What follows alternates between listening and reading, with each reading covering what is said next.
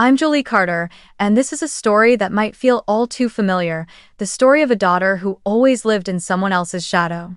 When I graduated college with honors, my parents didn't come.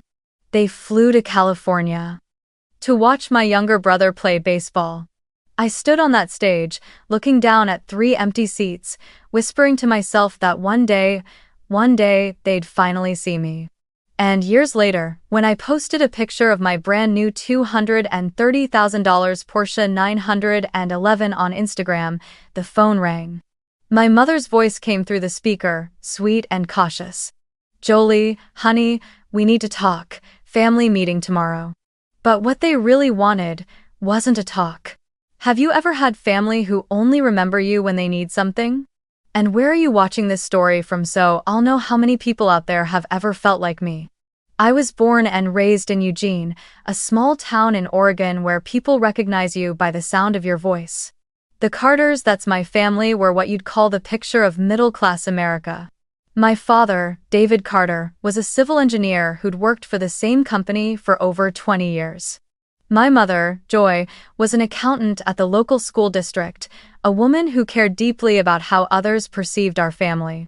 They had 2 kids, me, Jolie the eldest, and Ryan, my younger brother by 2 years. From the moment he was born, he was the pride of the Carter family. I can still picture those weekend mornings. Dad would drive his old Ford pickup, Ryan in the passenger seat, his white baseball uniform fluttering in the breeze. Meanwhile, I stayed home mopping floors with Mom, or sitting on the porch doing science homework. Mom would tell the neighbors, "Ryan's got real athletic talent, he'll get a scholarship for sure." Then turn to me with that faint smile and say, "You just focus on working hard, okay? Don't overdo it." When I was 12, I won first place in the state science fair, a small solar energy project I'd built myself in our garage. The prize wasn't big, but to me, it meant everything. I imagined my parents showing up to the award ceremony, clapping proudly, saying, "You did great, Jolie." But that day, they were at Ryan's baseball game. All I got was a short text, "Good job, sweetie. I saw the photo." A few days later, Mom posted online celebrating Ryan's first home run, adding dozens of emojis. Her post about me? Just a single heart. At every family gathering, the conversations always revolved around Ryan. Relatives would ask, "So, which college is Ryan thinking of?" And my father would light up, launching into stories about his training camps and tournaments. Whenever I tried to mention that I'd just scored a perfect grade in math, my words would be drowned out by laughter or someone changing the subject. I learned to keep quiet. I learned to smile, even when I was invisible. My mother often told me, in that sweet but firm tone of hers, "Don't make people uncomfortable just because you're too ambitious. A girl should know her place. Being smart doesn't mean people will love you." I didn't fully understand what she meant back then, only that every time she said it, something inside me sank, like a stone pressing down on my chest. I was good at school. Really good. I was one of only 5 students to receive a full scholarship to Oregon State University. When I brought home the acceptance letter, my father simply said, "Good, at least you won't cost the family any money." And immediately added, "Can you tutor Ryan in math? He needs better grades to stay on the team." I stood there, holding the letter, my hands trembling slightly. I forced a smile so they wouldn't see how my heart had just cracked open. My mother looked at me and added, like a familiar reminder, "Don't stress too much, Jolie. It's not enough to be smart, people have to like you too." I just nodded. "Yes, Mom, I know." That summer, Ryan turned 16. My parents threw him a huge backyard birthday party complete with balloons, barbecue, and a brand new silver Honda Civic. I remember standing in the living room, watching through the window as everyone cheered. Ryan jumped up and down with joy while Dad handed him the keys. In my hand, I still held my Oregon State admission letter. No one had asked me what I wanted. No one even remembered I was there. I folded the letter carefully, tucked it into my desk drawer, and whispered to myself, "Maybe one day, they'll see me." But deep down, I already knew the truth. They had never really seen me. Only the version of me that fit their story. I arrived in Corvallis on a misty August morning. Oregon State was quieter and grander than I'd imagined, red brick buildings framed by rows of tall maple trees. For the first time in my life, I felt free. But that freedom came with an ache I couldn't ignore. Money. My father had made it clear before I left, he couldn't spend much, since Ryan needed new gear for the upcoming season. He's got a shot at making the varsity team, so try to understand, he'd said flatly. Mom nodded in agreement, reminding me not to make things harder for the family. Second, so I took on 2 part-time jobs, mornings at the library, evenings in the computer lab, just to afford my dorm fees and textbooks. Winter nights in Oregon could numb your fingers. I used to sit in the library, the old heater humming in the corner, typing lines of code while sipping instant coffee. The pale yellow light spilled across the keyboard, catching the cracks on my dry hands. Sometimes my phone would buzz a message from Mom. Come home for a visit. Ryan just got picked as team captain. We're all so proud of him. I'd stare at the glowing text in the dark, then turn the screen off. I didn't know what to say anymore. I'd spent the whole year working myself to the bone, perfect grades in algorithms, recently accepted into a research group for machine learning, and yet no one asked how I was doing, or if I was okay. I still remember the first time I met Dr. Lawson, my artificial intelligence professor. He was the kind of teacher who could read his students just by the way they asked questions. After the midterm exam, he called me aside. "Jolie," he said, "you don't just understand the technical side. You have research intuition. You should consider applying for the AI fellowship in Seattle. They're recruiting top students from nearby states." I was so stunned, I could only nod. That night, I called my mom, hoping maybe this time she'd be proud. But all she said was, "Seattle's far, honey. Don't take risks. Come home this summer. Ryan's got a big tournament, and we're all going to cheer him on." I didn't argue. I just applied. I got in. And, as I expected, no one mentioned it. That summer in Seattle was the first time I realized how much bigger the world was beyond our house in Eugene. I worked 12-hour days, learning to build AI models, learning to listen to people who didn't judge me by my gender or where I came from. One of the researchers told me once, "When a girl breaks through the walls society builds around her, she doesn't just become stronger, she becomes deeper." Those words stayed with me for years. My parents never once called to ask how the project was going. The only time they reached out was when Ryan sprained his ankle during a tournament. Mom sent me a picture of him in a hospital bed with the caption, "Pray for your brother. And send a little money if you can, I need to buy his medicine." I sent her $50, my entire food budget for the week, and went back to the lab. That was when it hit me. They didn't care what I was doing, they only cared that I was still capable of helping. Time slipped by quickly. 4 years of college blurred into endless nights, part-time jobs, and projects I carried alone. I never missed a class, never asked for an extension, never once let myself fall behind. When the graduation letter came announcing I'd be graduating with honors, I truly believed that maybe, just maybe, they'd be proud this time. I texted the family group chat. "I'll be receiving my degree this Saturday. It'd mean a lot if you could come." No one replied. 3 days later, Mom finally texted back. "Sorry, Ryan's playing in California that weekend. You understand, right?" The day of graduation was bright but cold. The campus was packed, families waving flags, holding bouquets, shouting their children's names with joy. I stood among the rows of graduates, glancing up at the bleachers at the 3 empty seats marked, "Guest of Graduate." Those seats were meant for them. When the MC called my name, I walked up to the stage, accepted my diploma from the dean, and smiled, though inside, I felt hollow.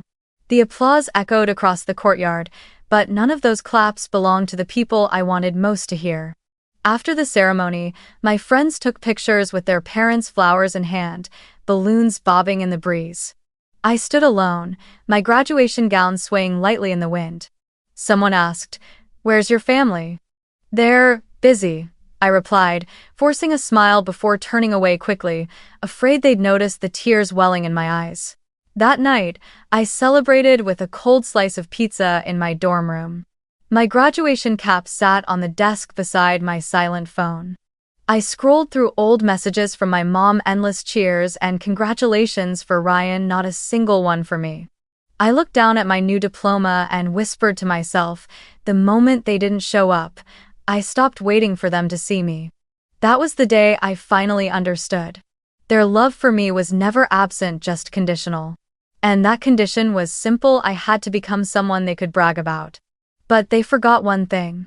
Sometimes, the most admirable thing about a person isn't standing on a stage. It's the quiet way they keep moving forward, even when no one's there to cheer for them. I left Corvallis right after graduation. I didn't go back to Eugene. Instead, I headed straight for Seattle, the city of glass towers and endless rain. I rented a tiny apartment in Capitol Hill, on the fourth floor of an old building with faded paint and wooden floors that creaked beneath every step. The window overlooked a narrow alley, where I could just make out the reflection of neon lights from the cafe across the street. But to me, that small space was everything, the first place that truly felt like mine. No approval needed, no audience required. I got a job as a software engineer at a startup in South Lake Union, developing customer data tracking tools. The starting pay wasn't great, but I was eager, almost naive, to prove myself. Every morning, I'd take a 45-minute bus ride, carrying my old laptop, a cup of instant coffee, and the quiet conviction that if I worked hard enough, I could change my life. While my coworkers clocked out and went home after hours, I stayed late reading documentation, testing algorithms, finding ways to make my code faster. I wasn't charming, I wasn't political, but I had something else: persistence. Every now and then, my phone would buzz again, always the same kind of message from Mom. Ryan needs to borrow some money. Can you help? He's about to buy a house with his wife. Things recording. I looked at my bank balance, only a few $100s left after rent, and replied, I'm eating instant noodles too, Mom. She texted back, It's fine, I just wanted to let you know. Family should always help each other. Then silence. I didn't feel angry, just empty. Maybe, in their eyes, I'd always be the one who can handle herself. And because of that, no one ever thought they needed to handle me. The long nights in Seattle blurred into a rhythm of work and study. I signed up for night coding classes at the community college and taught myself data science on weekends. I began building a small program that could automatically analyze user behavior, at first just for practice, but the deeper I went, the more I realized its potential. I called it Loom, short for illumination, because I wanted it to shed light on the patterns people overlooked. I remember those winter nights when snow blanketed the streets outside, and I sat huddled under a blanket in my freezing apartment, laptop on my knees, the blue glow of the screen, the only light in the room. I typed lines of code, shivering and smiling to myself. No one called. No one asked if I was doing okay. My college friends were busy with their new lives. My parents were consumed by pride for Ryan, the son who was now becoming a sports entrepreneur after opening a small athletic gear store. I knew about it because Mom posted on Facebook with the caption, So proud of our son. Time moved on. And I slowly became invisible. I stopped posting on social media. I didn't go home for Thanksgiving, just sent a short email. I'm doing fine. The replies, if they came at all, arrived days later. Good, Ryan just won another award. We're all so happy. I stopped expecting recognition. Instead, I poured everything into Loom, the one thing that reminded me I still existed. After 3 years, I'd grown confident enough to quit my job and go out on my own. I founded Loom Tech, a company of one, tucked away in a corner of an old co-working space downtown. I wrote code by day, sent funding pitches by night, survived on cheap sandwiches, and worked until the light outside shifted from blue to gold. Sometimes I was so exhausted I'd fall asleep right on the keyboard, waking up with key marks pressed into my cheek. But I never stopped. Because deep down, I knew if I didn't build something meaningful, no one else would ever believe I could. 4 years passed like that, quietly, unseen, without anyone noticing. Mom only called when she needed money for Ryan. The last time I picked up, she said, Your brother's getting married. They need a little help, could you send something? I asked. Where's the wedding? She replied, casually, as if it were nothing. At home. This weekend. You're probably too busy to come. I smiled. Yes, Mom. I'm busy. Busy enough that I never even got an invitation. On the day of the wedding, I saw the photos online, Dad in a tailored suit, Mom beaming, Ryan holding his bride's hand under the garden lights. I scrolled through them slowly. No anger, no sadness. Just silence. Then I printed a small card and wrote a few words. Wishing you happiness. And I mailed it. No one ever replied. That night, I stood by my apartment window, watching the city lights flicker across the rain-streaked glass. Seattle rain tapped softly on the roof, like a steady metronome. I thought about that wedding hundreds of miles away, my family laughing, toasting, telling stories that didn't include me. And in that moment, I saw it clearly, I didn't belong there anymore. No one asked how I was doing. But for the first time, that didn't break me. It strengthened me. I realized that if I wanted to be seen, I'd have to turn on the light myself. I left Seattle soon after, when Loom, the small tool I had once built in that cramped apartment, started gaining attention. Two of my former classmates, Alex and Priya, reached out after reading a technical post I'd shared on a programming forum. We met at a coffee shop near the pier, a sticky wooden table, half-empty cups, the gray Seattle morning light reflecting through a fogged-up window. Alex was a product guy, fast-talking, full of energy. Priya handled finance, sharp, grounded, almost intimidating. And me? I had the idea. More importantly, I had something they didn't, a working prototype. When they suggested I move to Austin to build the company together, I hesitated. I'd never left the Pacific Northwest, never imagined starting from zero in a city that felt like another planet. But then I thought, in Seattle, I'd learned how to survive.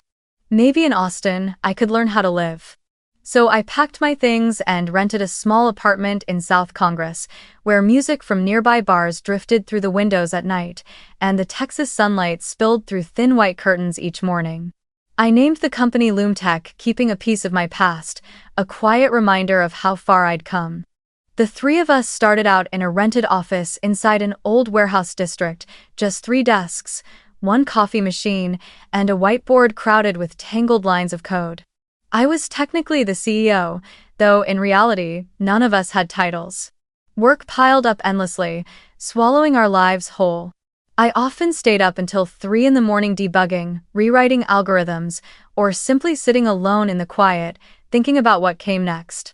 There were nights when the power went out, and we worked by the light of our phones. Mornings, when I'd look out at the rain-soaked parking lot and see a reflection of my younger self, the girl who once ran to her first interview because her car had broken down. We lived on coffee and hope. Priya used to joke that a startup was a religion where people pray for funding, and I'd reply, if we fail, at least we tried. The first month, no one bought our product. The second, we burned through nearly all our savings. But by the 6th month, a real estate company in Dallas reached out. They wanted to use our software to analyze satellite images of land plots. That was our first contract. And from there, LoomTech began to grow. 3 years later, our office wasn't a warehouse anymore. It was the 12th floor of a glass building overlooking the Colorado River. I was still the first to arrive and the last to leave. One night, after everyone had gone home, I stood in the middle of the office, watching the city lights reflect off the LoomTech logo on the wall. The hum of printers, the soft tapping of keyboards, the echoes of laughter, they all blended into one quiet symphony of persistence. I thought back to the day I'd signed our first lease, my hand trembling so hard my signature came out crooked. Now, I was signing another contract, one 1,000 times larger. A venture fund from California had offered to acquire LoomTech for $12 million. After 3 intense weeks of negotiation, it was done. My share after taxes. $6 million. Alex grinned and said, "We should celebrate champagne, maybe even a weekend trip." But I just wanted to sleep. I didn't post it online. I didn't brag. I sent one short email to the team. Thank you for believing when no one else did. Then I shut down my computer and sat there for a while, letting the silence settle. For the first time in years, I felt both happiness and a strange emptiness. There was no one to tell. No one to ask, "You really did it?" I called my mom, just to hear her voice. She answered after 3 rings, speaking quickly. "Ryan just opened another branch for his sports store, we're so busy. How are you?" "I'm good," I said. Then hung up. A few months later, I did something even I hadn't expected. I bought a car. Not because I needed it, but because I wanted something tangible. A reminder of how far I'd come. I chose a red Porsche 911 Carrera GTS, the same one I used to stare at through the showroom window in Seattle when I couldn't even afford a monthly bus pass. When the salesman asked, "Would you like a personalized plate?" I smiled and said, "No. I don't need anyone to know." The night I picked up the car, I drove it across the Congress Avenue Bridge. Austin shimmered beneath golden lights that rippled across the still water. I rolled down the window, the wind rushing against my face, the faint scent of gasoline mixing with the warm night air. I turned on the radio, Home by Edward Sharpe began to play, and for the first time, I felt truly free. No more memories of empty seats at my graduation. No more of my mother's voice comparing me to Ryan. Just the steady hum of the engine behind me, a quiet declaration that I had made it, all on my own. That car wasn't about showing off. It was a symbol. A reminder that I had once driven a beat-up sedan to a job interview in the freezing rain, shoes soaked, still smiling as I walked through the door. Now, I didn't need anyone to open doors for me. I could open them myself. I could drive myself wherever I wanted to go. I was never the type to post on social media, especially after realizing that everything I shared only gave my family new ways to compare me to my brother. But that night, after parking in front of my apartment in Austin, I looked at the gleaming red car under the streetlight and took a picture. It wasn't a flashy shot, just a quiet angle of the Porsche 911 under the fading sunset. My caption was simple. Finally, something that drives like my ambition. No tags. No hashtags. I didn't expect anyone to care. I just wanted to remember that moment, the moment I'd finally outgrown the limits they had set for me. I turned off my phone, made myself a cup of tea, and thought that would be the end of it. But I was wrong. About 12 hours later, as I sat in a conference room finalizing the last papers for Loomtech's acquisition, my phone began buzzing nonstop. The caller ID lit up, Mom. My heart skipped a beat. 3 years. She hadn't called in 3 years. Our only contact had been a few scattered texts. "Merry Christmas. Your brother opened another branch. Did you congratulate him?" I stared at the screen flashing in my hand before finally answering. Her voice sounded the same, soft, but with a nervous edge. "Jolie, how are you? Your father says we need to meet. There's a family matter we need to discuss." I stayed silent for a few seconds.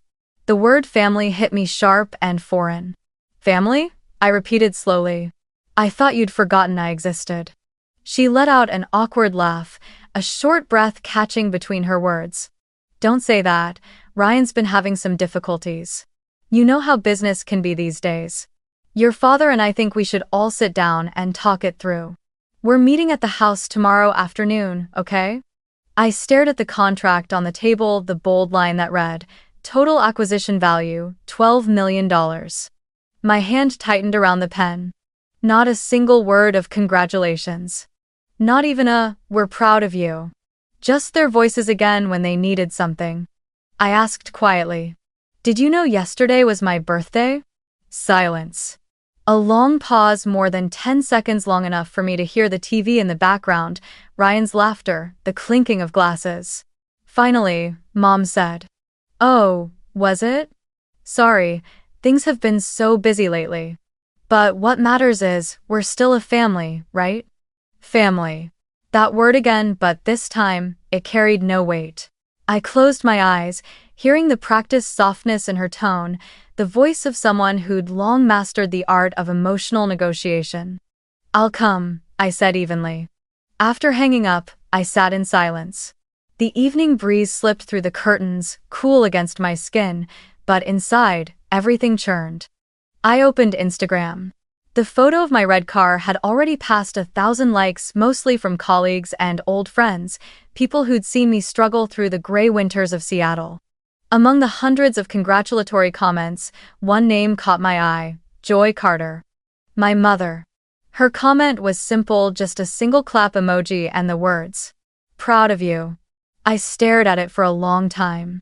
I couldn't tell if it came from pride or calculation. That night, I didn't sleep. I made coffee and sat before my glowing laptop, scrolling through old lines of Loom tech code.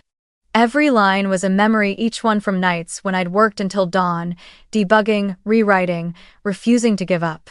No one had been there with me. No words of encouragement. Not even a, "You've got this." I'd done it all alone. And now, they wanted a family meeting? To discuss Ryan's difficulties? I knew exactly how it would go. Ryan, the golden boy of the Carter family, had finally stumbled. And now they needed someone to fix it. Mom would speak in her gentle, persuasive tone. Dad would appeal to morality.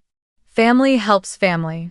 Ryan would bow his head, play the humbled son, and then return to his pedestal once the crisis passed. They hadn't remembered my graduation. They hadn't come to my award ceremony. They hadn't called when I was sick. They hadn't wished me happy birthday in 3 years. The only thing they ever remembered was my bank account. But this time, it would be different. I would go not to save them. To end it. I opened the drawer and took out a freshly printed business card. Jolie Carter, CEO, founder, Loomtech Inc. Under the warm desk light, the embossed letters shimmered softly. I placed it beside the Porsche keys and took a deep breath. Tomorrow, I would drive that same road back to Eugene, the road I'd left behind 10 years ago, in silence. But this time, I wouldn't be the daughter seeking approval. I'd be the woman returning to deliver her final words. The road from Austin back to Eugene felt longer than I remembered. A light Oregon rain tapped against the windshield, each drop trailing down like someone trying to wash away the past. I drove the Porsche 911 up the I-5, the low hum of the engine filling the cabin, strong, steady, and alone, just like me. 10 years ago, I'd left this place in a beat-up car that barely ran, my parents waving half-heartedly from the porch as I disappeared down the street. This time, I was returning not to be welcomed, but to end something that had never truly been spoken aloud. As I turned onto the familiar street, their house came into view, the same beige two-story with the white wooden fence, the flower bed Mom had planted out front. But where it once gave me warmth, now it only felt cold. I parked at the curb. The living room curtain shifted, and through the glass, I caught my father's eyes. Not surprise. Not emotion. Calculation. He stepped outside, arms crossed. "New car?" he asked flatly. "How much did that set you back?" I smiled, calm and steady. "Enough to make you call me, apparently." His jaw tightened just for a second. Then he turned back toward the house, motioning me inside. The smell of freshly brewed coffee filled the kitchen. Mom was stirring a cup as if everything were normal. At the table sat Ryan and his wife, Sophie, her eyes flickered between guilt and defensiveness. No one asked how I'd been. No one said, "Welcome home." Just the sound of chairs creaking and an air thick enough to choke on. Dad sat at the head of the table, his tone dropping into the cadence of a business meeting. "Ryan's run into some financial trouble. The store expanded too quickly and cash flow's tight. We were hoping you could lend a hand, just a temporary loan, a few months, tops. Once things settle, he'll pay you back in full." I said nothing. The clock on the wall ticked, each second sharp as a pin. Mom looked at me, forcing a soft smile. "Family takes care of each other, Jolie. Ryan's under a lot of stress." I leaned forward, resting my hands on the table, my voice steady. "And my graduation, do you remember that?" The room froze. Ryan looked up, frowning, as if he couldn't see the connection. Mom set her cup down. The clink of porcelain against wood echoed faintly. Dad's brows knitted together. "Why bring up old things?" he said. I looked at each of them one by one and spoke slowly, my voice steady but sharp. I stood on that stage holding a diploma you once called meaningless. 3 empty seats sat in the guest section. I can still see them every time I close my eyes. 10 minutes passed, then 20. The ceremony ended and no one came. But I still waited. I told myself maybe you were stuck in traffic or missed your flight. But now I know you were just busy watching Ryan play baseball in California. No one spoke. The only sound was the faint whistle of wind slipping through the crack in the window. Sophie lowered her eyes, maybe out of embarrassment. Ryan sighed and scratched his head. "Come on, that was ages ago," he muttered. Mom cut in, her tone edged with irritation. "Jolie, don't be childish. You can't cling to old things forever. We're talking about the present, about something that actually needs fixing." I turned to her, still smiling, but my eyes had gone cold. "The present, Mom, is what you built action by action, year after year. I didn't come here to talk about money, I came to talk about boundaries." Dad frowned, leaning back in his chair. "Boundaries? You're making this sound so dramatic. We're just asking for a little help, not a handout." I shook my head. "No, Dad. This isn't help. This is the same cycle our family has always lived in. Ryan makes a mistake, and I fix it. You stay silent when I'm forgotten, but suddenly you're loud when I succeed. I get it now. I don't owe anyone anything anymore." I walked toward the window, looking out at the flower bed Mom used to make me weed every morning. The smell of damp earth rose up, bringing back every memory afternoons spent studying while Dad drove Ryan to practice. The countless times I handed over perfect report cards just to get a distracted nod in return. I turned back to face them, my voice calmer now but clear, cutting through the air like glass. "I've spent my entire life trying to be seen, but now, I don't need to be." Mom opened her mouth to say something, but I raised a hand. "Don't. I've heard enough. We both know this so-called family meeting is just code for 'Can Jolie bail Ryan out again?' I didn't come here to write a check, I came to write the ending." No one answered. Ryan's face flushed red, and Dad stared at me, a mix of anger and disbelief flickering in his eyes. I set my car keys on the table and said quietly, "If you really want to talk, then let's talk about boundaries, because from now on I'm going to have them." "Vo." Dad shot up, slamming his hand on the table, his voice like metal clanging against concrete. "Family means helping each other, Jolie. Have you forgotten that?" He didn't look at me like a father speaking to his daughter. He looked at me like a boss disappointed in an employee who refused to obey. I took a deep breath, steadying my voice. "Helping each other, yes. But helping doesn't mean one person carries everyone else forever." Ryan leaned back in his chair, arms crossed, a half-sarcastic, half-irritated smirk on his face. "You've got money now, don't you? Why are you being so stingy? You wouldn't even have that degree if this family hadn't supported you." I turned to him, meeting his eyes squarely. "Supported me?" I repeated softly but loud enough for everyone to hear. "Do you remember when I was a sophomore, working late nights in the library because Dad said you needed money for your team? Do you know I lived in a moldy apartment with a leaking roof, eating expired bread for 3 days straight because I couldn't afford groceries while the rest of you were in Hawaii, smiling for family photos with the caption, 'Family is everything'? And now you call me stingy?" Ryan opened his mouth to speak, but no words came out. I continued, my voice calm but unflinching. "You're right, Ryan, I did make money, but I didn't earn it so I could keep feeding the habits that once broke me. I'm not stingy. I've just stopped hurting myself for people who never noticed the bleeding." The air in the room thickened until it felt hard to breathe. Mom sat frozen for a moment, then suddenly began to cry, her shoulders trembling, the sound small, practiced, and perfectly timed. "Jolie, how can you say that?" she whimpered. "I just wanted us to be together again. It's been so long since the family sat down like this." I looked at her, but the old tenderness I once felt was long gone. "You don't want reunion, Mom," I said quietly. "You want control. For as long as I can remember, every time I did something you didn't plan, you called it rebellion. When I succeeded, you called it luck. And when you needed something from me, suddenly it became family duty. I met her eyes. Real reunion doesn't start with a request for money. Her tears stopped. She glanced toward my father, hoping he'd take over. He sighed, long and heavy. We don't want to argue, he said at last. But you're letting money change you, Jolie. You're not the same anymore. I smiled, faint but certain. You're right, I have changed. But not because of money, because I finally learned how to set boundaries. You call that selfishness, I call it healing. Oh, but. I reached into my bag, pulled out a thick folder, and placed it on the wooden table. The soft thud broke the silence. I actually came here to make an announcement, I said evenly. Dad frowned at the folder. What is this, a contract? Something like that, I replied. It's the official registration papers for the Loom Foundation, a nonprofit I just established. The starting fund is $2 million from the shares I sold when Loom Tech was acquired. Ryan let out a sharp, disbelieving laugh.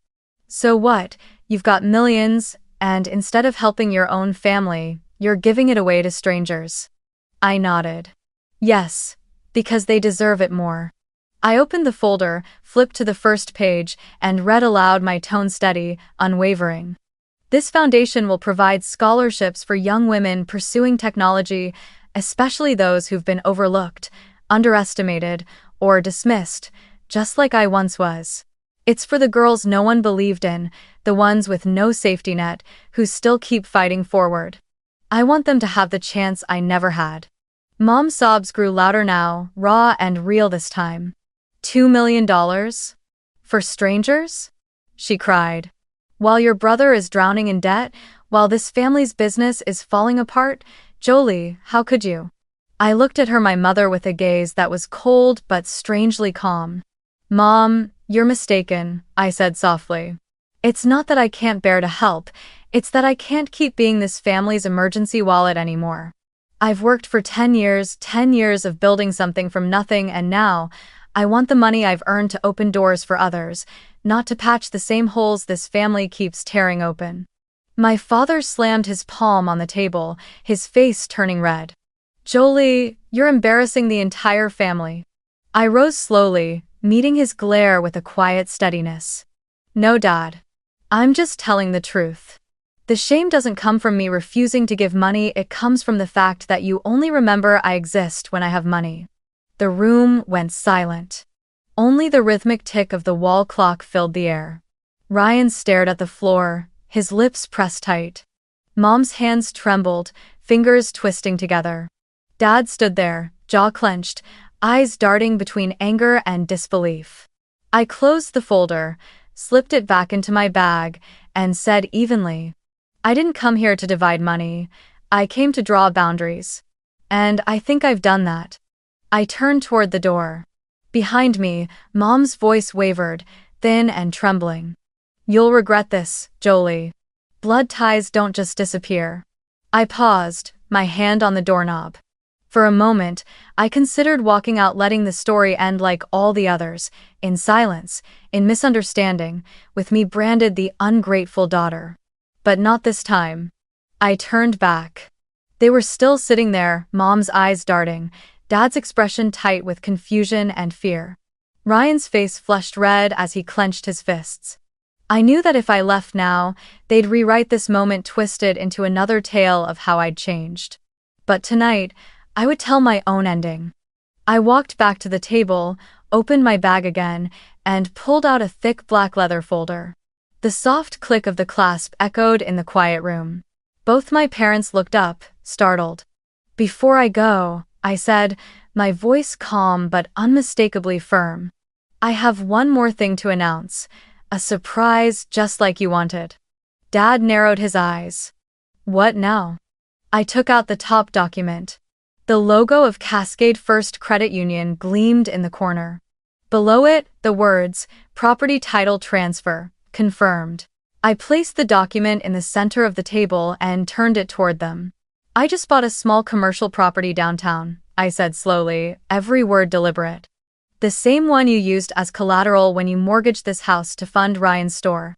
The bank was preparing to foreclose, but not anymore. My father froze. Mom's hands shook as she flipped to the next page.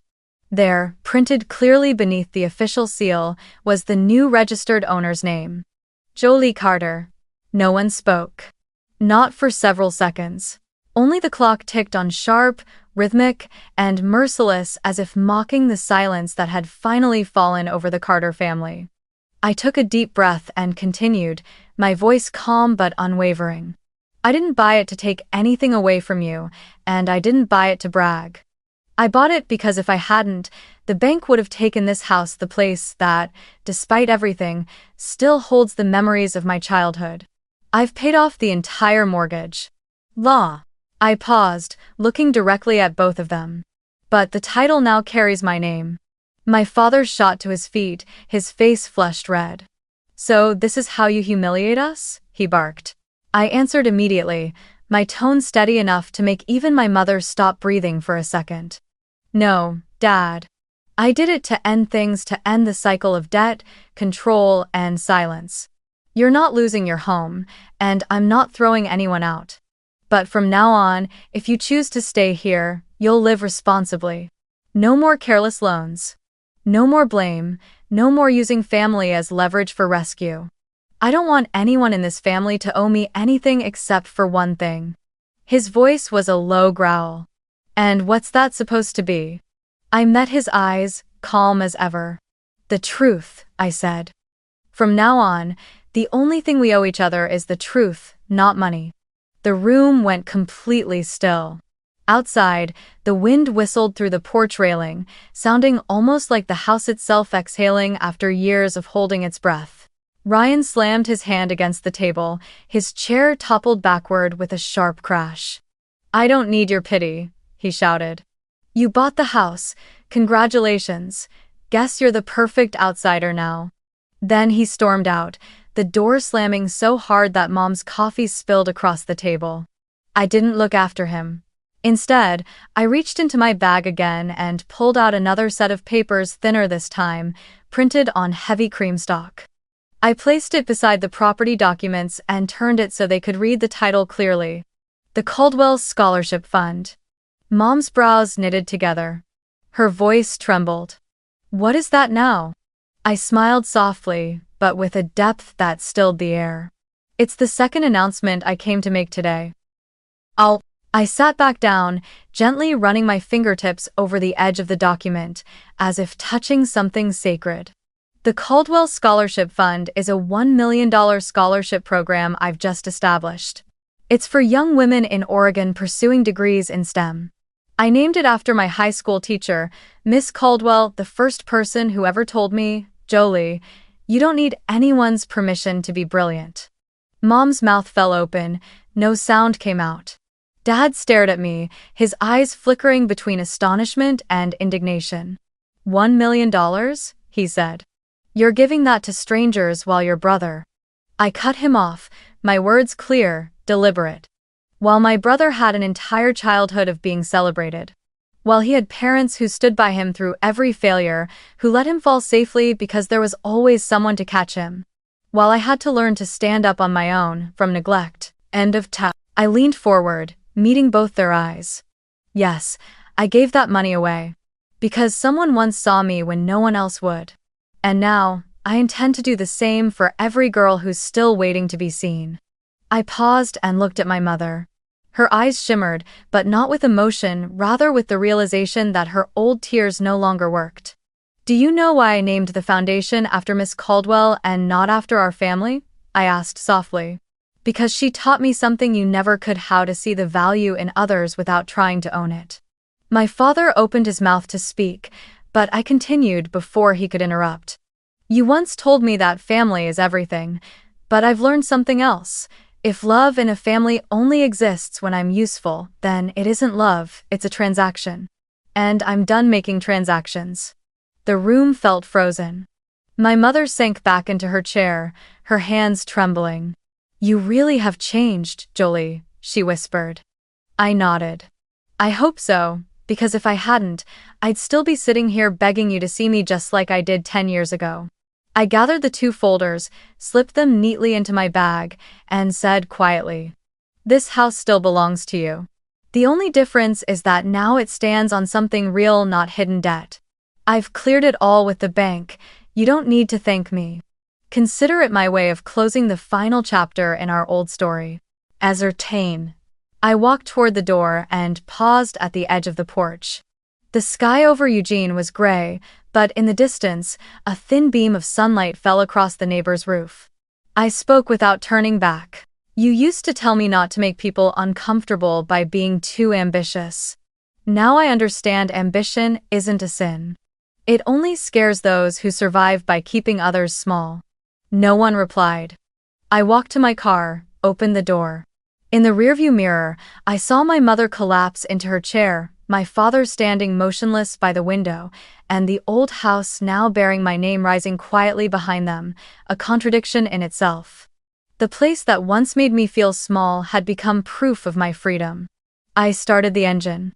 The Porsche rumbled softly, not loud, but certain. As the tires rolled over the street blanketed in golden leaves, I felt a lightness I hadn't known in years. Not because I'd won, but because, for the first time, I no longer had anything to prove. I had, as the caption once said, showed up with a surprise. A gift not for them, but for myself. The right to choose my own life. And the right to walk away when family no longer means love. The next day, I left Eugene and drove back to Austin in silence. Along the highway, my phone kept buzzing, but this time, I didn't reach for it. I already knew what those messages would say. The first one came the next morning from Mom. "You destroyed this family." I stared at the glowing words on the screen, then turned the phone face down. I wasn't angry, I wasn't even sad. Maybe, in her world, setting boundaries will always look like betrayal. A few hours later, Dad posted something on Facebook, a short status that quickly gathered dozens of shares from relatives and old family friends. When children succeed, they forget where they came from. 1. The post was paired with a photo of him standing on the porch, arms crossed, wearing a forced smile and the kind of self-pity that always drew sympathy. The comments were predictable. "Kids these days are so selfish. Family should matter more than money. Hopefully she'll realize before it's too late." I read a few lines, then set my phone down on the table. A few years ago, that would have broken me. I would have cried, tried to explain myself, maybe even written a long message defending how I wasn't ungrateful. But now I just felt light. Because I finally understood when someone wants to play the victim, they'll always find a stage. And yet, a few days later, something unexpected happened. A small article appeared in the Eugene Herald's local news section. Oregon engineer establishes $1 million scholarship fund for women in STEM. I was once overlooked, and I don't want anyone else to be. A photo of me holding the plaque for the Caldwell Scholarship Fund spread across local news outlets. Within 24 hours, the same people who had condemned me on my father's post began writing new comments. "This is incredible. Her parents must be proud. How? She's doing what most people only talk about." Meanwhile, my parents' accounts went completely silent. The old post disappeared, no apology, no clarification. I knew the article hadn't come from them. It came from a journalist who had interviewed me briefly at the fund's launch event. I hadn't asked her to write anything, but maybe my silence had spoken louder than anything I could have said.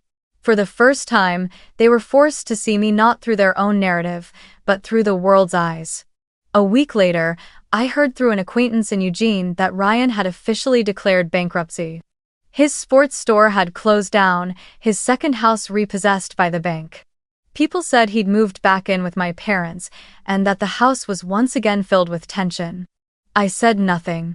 I didn't comment, didn't share, didn't gloat. I wasn't seeking revenge.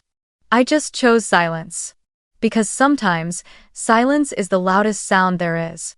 Sometimes, my mother still sent short messages, reaching out in the same old ways. "Our family is going through a tough time." Or, "Can you give me some financial advice?" I read them, but I didn't reply. Not out of anger, but because I refused to return to that old role, the emotional caretaker of a family that never once asked what I needed.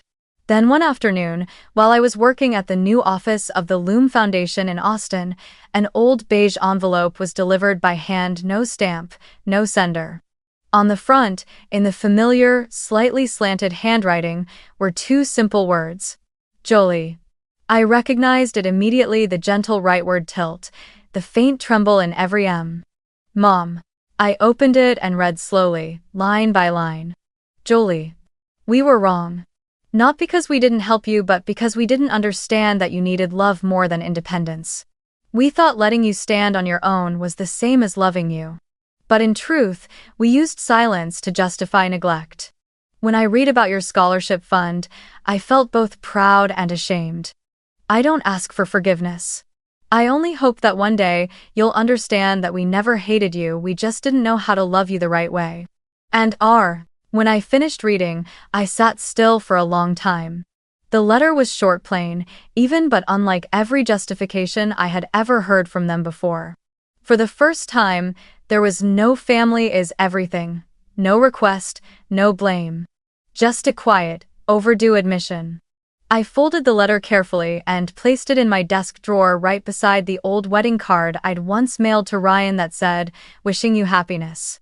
Then, two pieces of paper, one from a forgotten past, the other from a present filled with awareness, lying side by side like two opposite chapters of the same story. I didn't write back. Not because I didn't care, but because I finally understood that silence can be the only way to preserve the truth of a memory. A reply would turn it into a negotiation. And I was done negotiating. Outside, the Texas sunlight slanted through the glass, spreading a warm glow across my desk. I closed my eyes, breathed deeply, and went back to work. Inside me, there was no anger left. No need to win. Only a quiet peace, the peace of someone who no longer needs to be seen because she finally knows she shines on her own. That summer in Austin was radiant, so bright it felt as if it could wash away every shadow of the past. I stood in the downtown convention hall, where the Loom Foundation was hosting its first ever scholarship ceremony.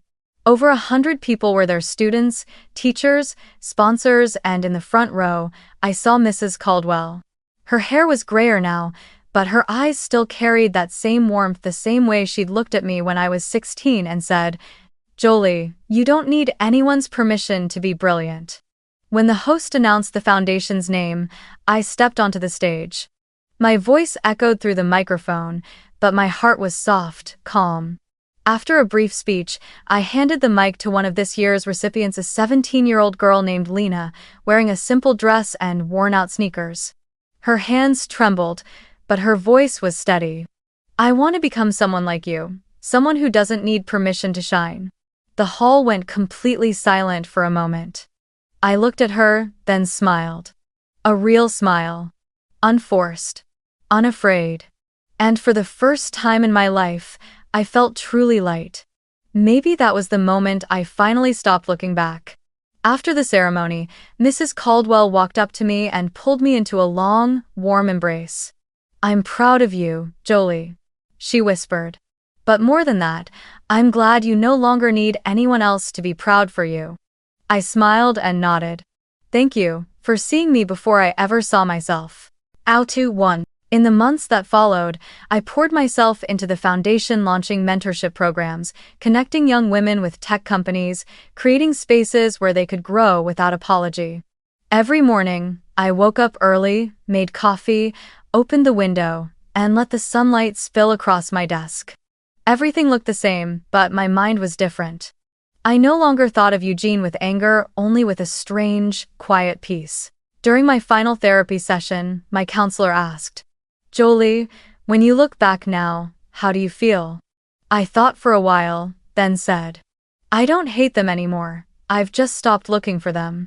She smiled gently, jotting down a note before saying a line I would never forget.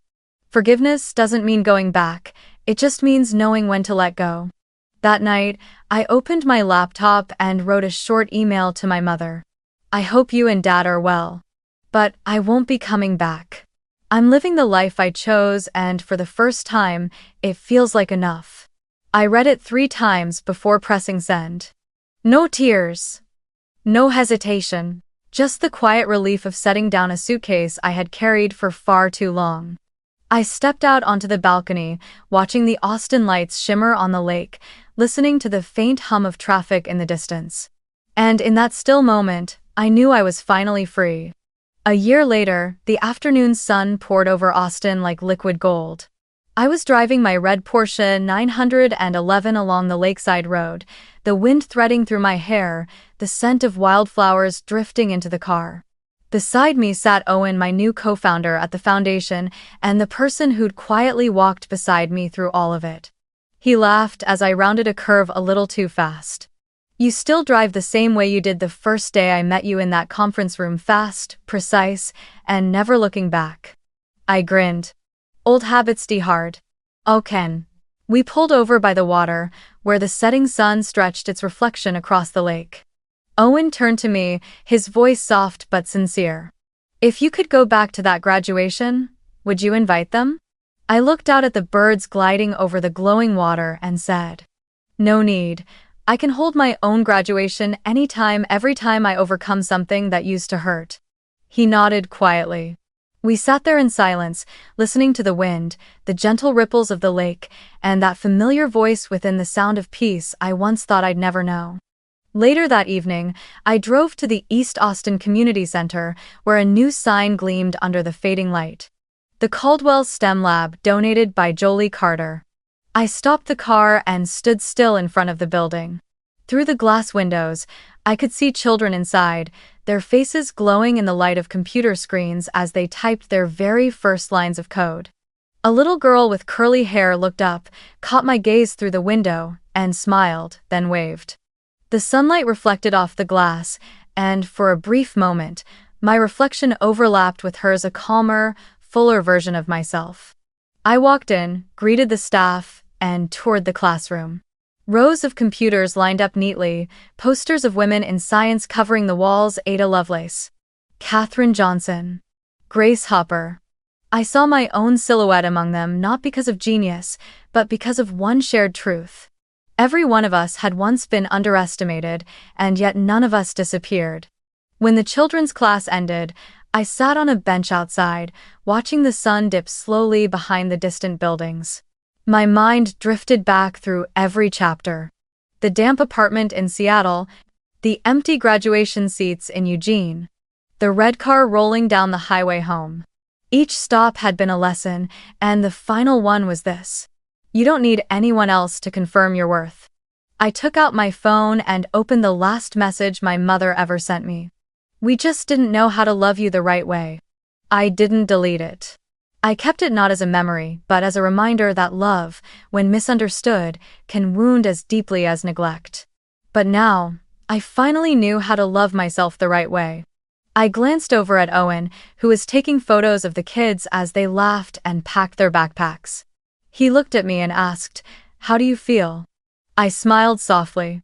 "Like I'm looking at a smaller version of myself," I said, "except this time. She's not alone. She has someone standing behind her." The sky turned violet. I stood up, taking one last look at the building.